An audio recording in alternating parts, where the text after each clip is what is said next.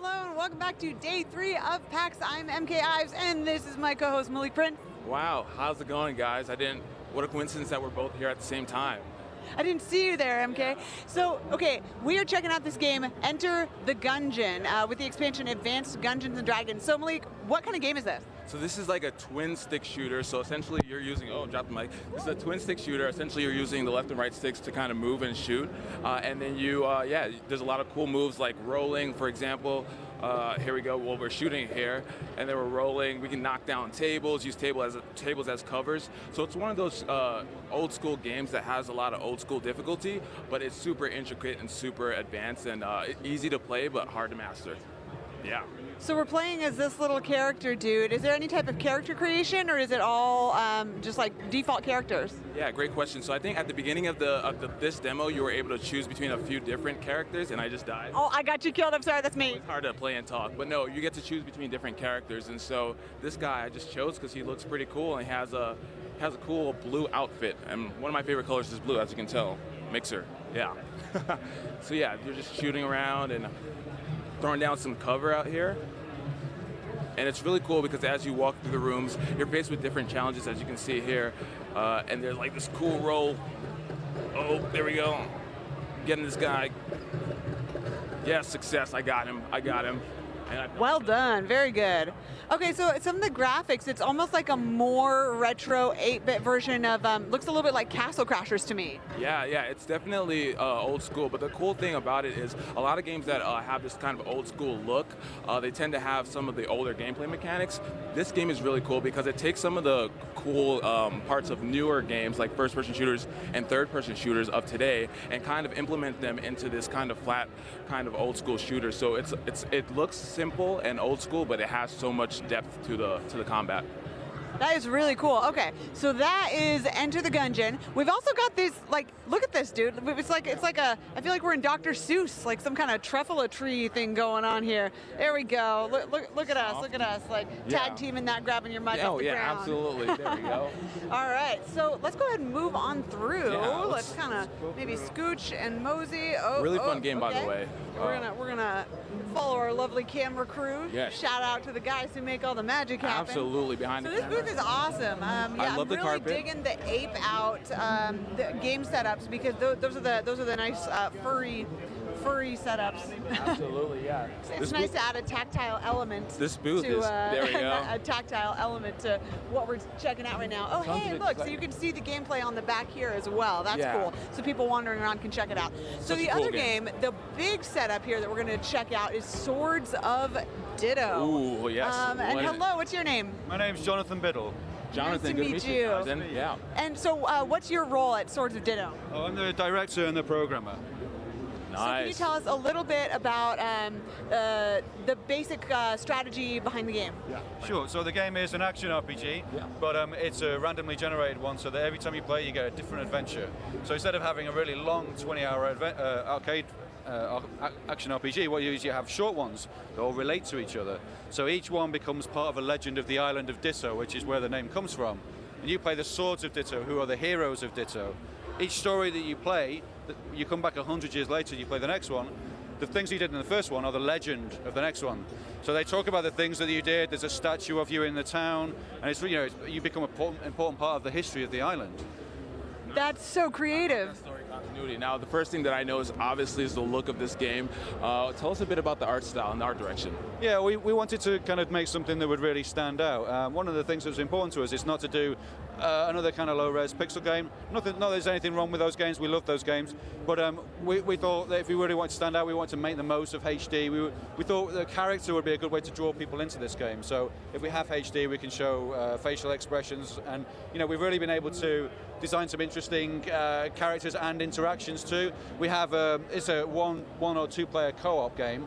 I was just going to say, it looks like we're seeing some two-player co-op here on the camera right now. Yeah. It's a really the idea is to really push the cooperative element. We have a few things like you can pick each other, throw each other around, and going back to the art style, you can see the kind of grins on their faces when they do it. Everyone's having a really good time in the game. Also, when one of the player falls and becomes unconscious, the other one picks them up with a loving hug, and they share health. and off they go. It's something to behold. It's really good. And That's all of great. the art style really helps us get all those things across, you know. So is there a sort of complex character creation, or are there certain preset characters that the players can select from? So the way the game works is it's random every single time. So everything in the world changes. So the world changes, the way that it's laid out, the things that you find in there, the people you talk to, and also the character you control is different every time. And so you start with just a normal character, and they become the Sword of Ditto. They assume the title. So because the RPGs are shorter, the idea is that the hero that you'll start with is the one that you build yourself. It kind of shows you that anyone can be a hero. Okay, I'm loving everything about this game so far. And the combat, I just want to talk about the combat because I know it's a lot like a lot of the games in this booth, but it's really cool. I love how you have your sword and you're slashing down some like shrubbery and stuff like that. Tell us a bit about how you interact with some of the enemies. Well, the combat system, because it's an RPG that you play over and over again, there's a lot of depth to the combat system. I spend a lot of my time making these things feel really sticky. It's something that's really important to me. So we have a lot of like effects and subtle things that make the combat feel really nice. We have slow down, hit pause, all these things that people don't really realize are going on. And every time you hit something, you get this like, oh, this is nice. Spend a long time on that. We have things like hit stuns. We have shield breaks. There's elements in the game that you need to balance to see which ones are weaker and stronger against other things. We're trying to build in a lot of longevity so that the more you play, the more RPGs you play, the more you discover about the game, and it becomes richer as you play. Awesome, awesome. Well, the Swords of Ditto looks fantastic. Thank you so much for talking to us about the game. Yeah, it looks thank you. great. All right, so now we're gonna head on around here because I wander believe around. there's another game on the other Oh my goodness, side. look at this booth. I didn't even see this really great, Look at in-depth setup here. It really immerses you into the game, right? So you have this awesome Beautiful. setting that kind Beautiful of just set makes you, pieces here. Yeah, absolutely. So we're walking on through. What do we have All on this right. side of the booth? We have two awesome hello. people. How's it I'm going? MK. What are your names? I'm Kuba. Hey, Magdalena. Good to meet you guys. Nice to meet you. So what have you done for this Ruiner. game? Yeah, I've been working on the gameplay design, the movement, controls, combat, and stuff like that. No. So what can you tell us about the lore behind Ruiner? Sorry, the what? The lore. The lore. Well, basically the game takes place in year 2091 in Rankok City. It's a futuristic fictional city, and at the very beginning of the game, the faceless and nameless hero is hacked by a hacker. He's controlled by him, and your goal at the very beginning is super simple when you're hacked, is to kill a boss, basically.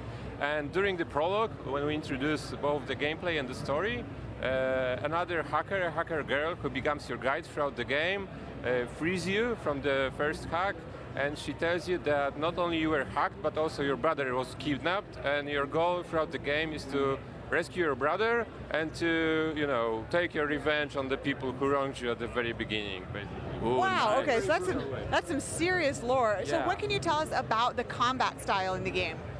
Combat style. Actually, he knows more about the combat style. I know more about the story. Yeah, so Oh, I asked the wrong person the wrong question. about the story, I talk about the combat style. And if I'm wrong, just hit me. Perfect. Teamwork. Yeah, so the prologue that you can play here on PAX is the introduction to the story and the tutorial, the gameplay tutorial. So the basic mechanics, other than just movement and attack, is like very, very fast movement, which is the first skill that you learn. Later on, you also learn to use your shield, which is the second skill. And we introduced just the two basic things that you can have equipped and developed in the game. There are over 1,000 abilities, and they have 50 upgrades altogether. So you can actually combine different approaches, different abilities to create your approach towards gameplay. So you can be more straightforward and aggressive, fight with guns or melee. You can use grenades, but you can also get more tactical and use more sophisticated abilities or gadgets like kinetic barrier that splits your combat area into zones, and they slow down enemies. You can hack your enemies so they fight for you, and you can basically just do nothing.